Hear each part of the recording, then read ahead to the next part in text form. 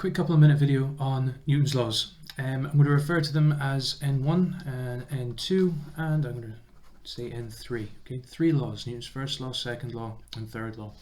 I'm going to use this little car thing to help me demonstrate it. Okay, so N1 is referring to this idea of a resultant force. So the resultant force refers to the overall force that's left over when we take in the idea of direction into account.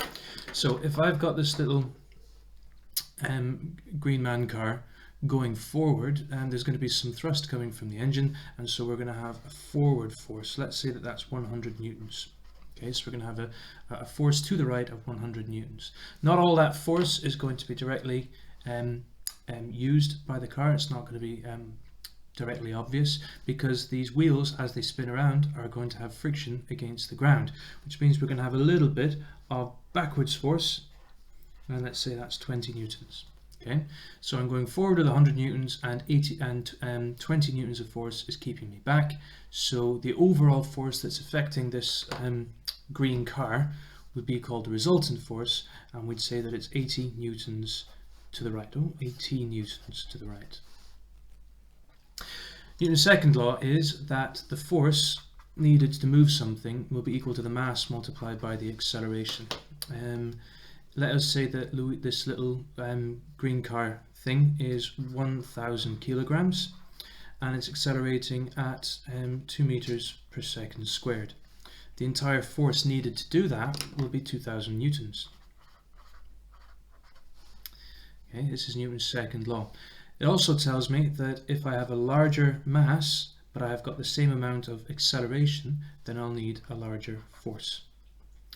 If I say that I keep my force constant, so if I've got my force being constant and I decrease my mass, then I will have a higher acceleration. So this law describes how the mass of an object will affect the force needed and the acceleration that will be generated.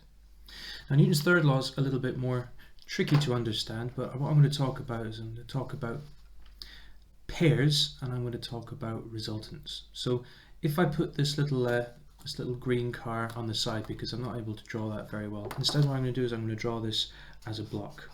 Okay, and I'm going to call this block the car. And this car will be sitting on the road, or on the grass, or whatever, and there will be a certain amount of weight acting on that car. And what we'll say is that there is, because my car is 1,000 kilograms, and weight equals mass times gravitational field strength, I'll say that my weight is 1,000 times 10, because that's the force due to, that's the gravitational field strength of the Earth. I'll say that my weight is 10,000 newtons. So I'll say that my car is pushing down with 10,000 newtons of force. For every 10,000 newtons pushing down, there will be 10,000 of contact force pushing up. Okay, that's what we call a reaction pair. It doesn't mean that the car is moving. These are opposite in direction, and they are equal, which means there's no overall effect on the car. If I was to take another example of something high above the ground, so if I had the car just gone over a ramp and had jetted off into the air, I'm now going to draw my car high above the ground, and I'm going to keep it as the same amount of weight. I'm going to say that my car still has 10,000 newtons of weight. This means that the gravity of the Earth is pulling the car down at 10,000 newtons of force. The reaction pair for that will be that the car is pulling the Earth up with 10,000 newtons of force. Because they cancel each other out, then that's fine. The reason why the car moves is because the 10,000 newtons of force that's pulling the car down isn't balanced out by the amount of force that's there because of air resistance as the car starts falling down. Let's say that there's 1,000 newtons of air resistance.